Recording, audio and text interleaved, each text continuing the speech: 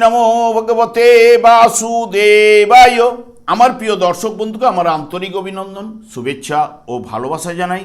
আমি আশা করি অনাদির আদি গোবিন্দের অশেষ করুণায় আপনারা সকলেই কুশল আছেন।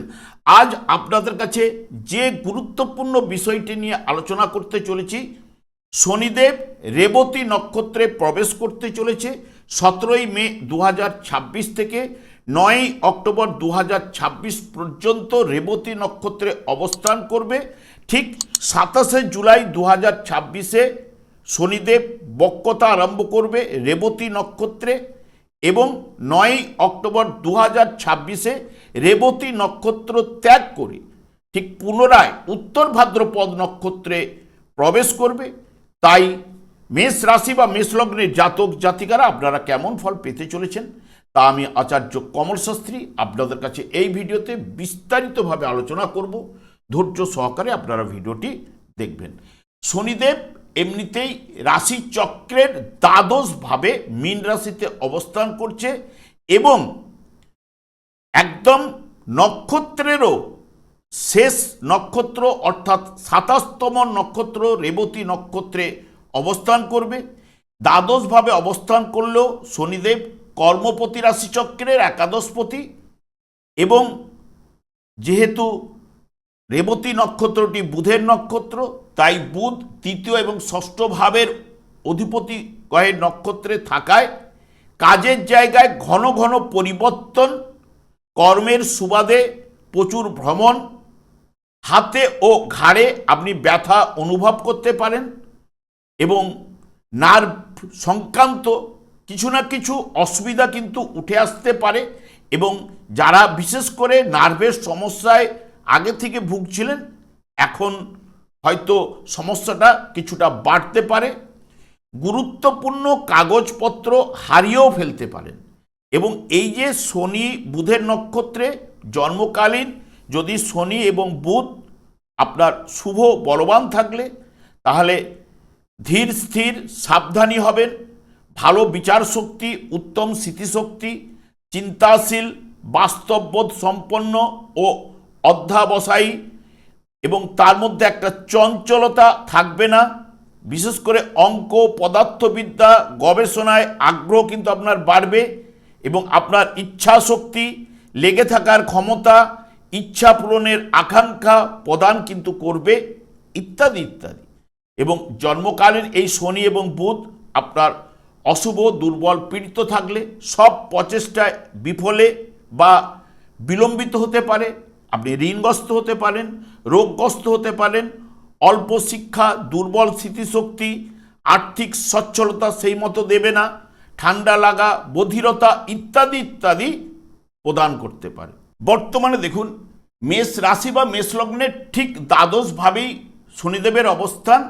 শনিদেব রেবতী নক্ষত্রে প্রবেশ করবে।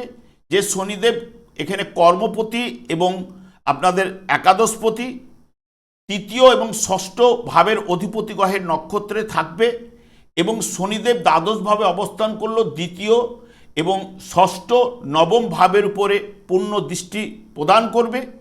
এবং দ্বাদশ ভাব যেটি সাধারণত আমাদের ব্যয় ভাব, বিদেশ ভাব এবং বিনিয়োগ, বিদেশ যাত্রা, হাসপাতাল, নির্জন স্থান, শ্মশান, ঋণ শোধ ইত্যাদি ইত্যাদি এই দ্বাদশ ভাব থেকে বিচার্য। এবং রেবতী নক্ষত্রটি হচ্ছে বুধের নক্ষত্র, এর দেবতা হচ্ছে পূষা, যিনি পথ প্রদর্শক। নতুন কিছু শুরু করার ইঙ্গিত এই নক্ষত্রে কিন্তু প্রদান করে। বর্তমান সময়ে আপনার মনের মধ্যে গভীর চিন্তা ভাবনা ও মানসিক চাপ বাড়তে পারে। পুরনো কোনো স্মৃতি মনে উঠে আসবে বা ফেলে আসা কোনো ঘটনা আপনাকে মানসিকভাবে জর্জরিত করতে পারে এবং নিজেকে গুটিয়ে রাখার প্রবণতা তৈরি করতে পারে।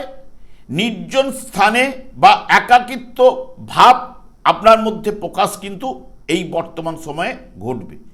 কর্মক্ষেত্রে আপনার অগ্রগতির গতি কিছুটা ধীর হতে পারে। আপনার বারবার মনে হবে পরিশ্রম অনুযায়ী ফল সেই মতো পাচ্ছেন না। কাজের জায়গা বা ব্যবসা ক্ষেত্রে কোনো সিদ্ধান্ত নেওয়ার আগে তাড়াহুড়ো করবেন না, হঠকারী সিদ্ধান্ত গ্রহণ এই নক্ষত্রে থাকাকালীন না করাই কিন্তু ভালো, এবং রাগের মাথায় কোনো বড় পদক্ষেপ গ্রহণ করবেন না। অনেক সময় কি রাগের মাথায় কর্মের জায়গায় হয়তো চাকরিটা ছেড়ে দিল, এইরকম জিনিসগুলো না করাই কিন্তু ভালো।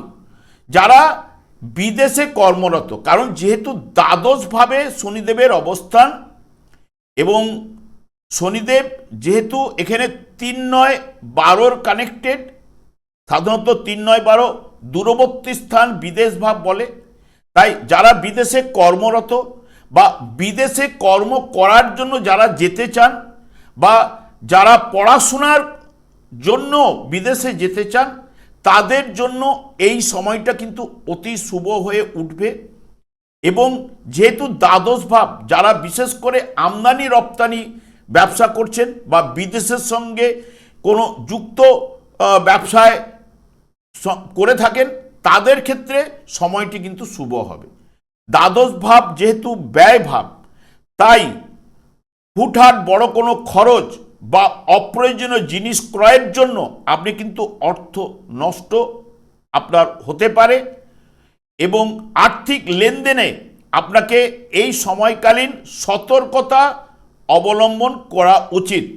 বড় কোনো বিনিয়োগের আগে আপনি বারবার চিন্তা ভাবনা করে তবেই এগুনা উচিত, না হলে কিন্তু না এগুনার ক্ষেত্রে কিন্তু আমি বলবো ভালো হবে না। রেবতী নক্ষত্র হচ্ছে পুরনো কর্মের হিসেব চুকিয়ে নতুন কিছু শুরু করার ইঙ্গিত কিন্তু নিয়ে আসেই। যে বিষয়গুলি আপনার জীবনে কাজে বা উপকারে আসছে না, শনিদেব আপনাকে সেগুলি থেকে মুক্তি দেবে, মানসিক প্রশান্তি নিয়ে আসবে, আধ্যাত্মিক অনুভূতির বিকাশ কিন্তু ঘটাতে পারে। বর্তমান সময়ে অতিরিক্ত চিন্তা ভাবনা না করাই কিন্তু ভালো। যাবতীয় বিষয়ে মনকে শান্ত রাখার চেষ্টা করলে আমার মনে হয় খুব ভালো হবে। ধৈর্য ও একাগ্রতা দিয়ে আপনি কাজ কিন্তু চালিয়ে যান, তার ফল অতি অবশ্যই শনিদেব প্রদান করবে। কোনোভাবে তাড়াহুড়ো করে সিদ্ধান্ত নেবেন না, বুঝে শুনে চলার চেষ্টা করুন, অযথা ব্যয় না করাই কিন্তু ভালো। আপনাদের ক্ষেত্রে মিশ্র প্রভাব পড়বেই এই শনি নক্ষত্রে। শনি হচ্ছে রেবতী নক্ষত্রে মেষ রাশি বা মেষ লগ্নের জাতক জাতিকাদের ক্ষেত্রে। যদি আপনারা মনে করেন 108 বার প্রত্যেক দিন ওং নমো ভগবতে বাসুদেবায় জপ করতে পারেন, আপনাদের অনেক অশুভ প্রভাব কিন্তু কেটে যাওয়ার সম্ভাবনা কিন্তু নিয়ে আসতে পারে। আমি আর দীর্ঘায়িত না করে, আর শনিদেব যেহেতু হরে কৃষ্ণ মহামন্ত্রে সন্তুষ্ট হন, কারণ কলিযুগটি শনি এবং রাহুর দ্বারাই পরিচালিত, এবং শনিদেব এই যেহেতু আমাদের 4টি যুগ রয়েছে, 4টি যুগের 4টি যুগধর্ম রয়েছে। এই কলিযুগের যুগধর্ম হচ্ছে হরে কৃষ্ণ মহামন্ত্র। যখনই আপনি এই কলিযুগের যুগধর্ম হরে কৃষ্ণ মহামন্ত্র জপ করবেন, কারণ শনিদেব হরেকৃষ্ণ মহামন্ত্র জপ করার কারণেই ওনার স্ত্রীর দ্বারা উনি অভিশাপ প্রাপ্ত, সেই কারণে যার দিকে দৃষ্টিপাত করবে তার অশুভ প্রভাব কিন্তু বিস্তার ঘটবে। আমি সেই কারণেই বারবার হরেকৃষ্ণ মহামন্ত্র জপ করার কথা বলি, গীতার যে কোনো একটি শ্লোক পাঠ করার কথা বলে যাই, এবং যদি যাদের দীর্ঘ সময় রয়েছে তারা ভাগবত নিয়ে কিছুটা আলোচনা করতে পারেন। শুধু শনিদেব একাই নন, অন্যান্য গ্রহগুলোও দেখবেন আপনার ভাগ্যকে বদলে দিতে পারে। আপনার জীবনটা কিন্তু দেখবেন অনেক মসৃণ অতি অবশ্যই হবে। তবে একদিনে সবসময় কিন্তু শুভ ফলগুলো উঠে আসে না, কারণ আমরা পূর্বজন্মের কর্মফল নিয়েই জন্মগ্রহণ করেছি। আমাদের যেহেতু কর্মফল তো সেই মতো শুভ নয়, সেই কারণে ভোগ করতেই বাধ্য। তাই যতটা হ্রাস বৃদ্ধি ঘটানো যায় সেই কারণে হরেকৃষ্ণ মহামন্ত্র আপনারা জপ করুন। আমি আর দীর্ঘায়িত না করে আমি আচার্য কমল শাস্ত্রী প্রত্যেক বুধবার এবং শুক্রবার সন্ধ্যা 8:30 এই ইউটিউব চ্যানেলে লাইভ অনুষ্ঠান করে থাকি। ঠিক ওই সময় আমাকে ফোন করলে আপনারা নিজেদের ভাগ্য বিষয়ে জানতে পারবেন। তাছাড়া বিভিন্ন ধরনের ভিডিও আপলোড করে থাকি, সেগুলি পাওয়ার জন্য আমার চ্যানেলকে সাবস্ক্রাইব করে বেল আইকনে ক্লিক করে রাখুন। যখন আমি লাইভ অনুষ্ঠান বা যে কোনো ভিডিও আপলোড করলে আপনাদের নোটিফিকেশন পৌঁছে যাবে। আমি অনাদির আদি গোবিন্দের কাছে প্রার্থনা করি আপনারা ভালো থাকুন, সুস্থ থাকুন, আনন্দে থাকুন। আজ এই পর্যন্ত, পরে ভিডিও দেখা হচ্ছে। নমস্কার।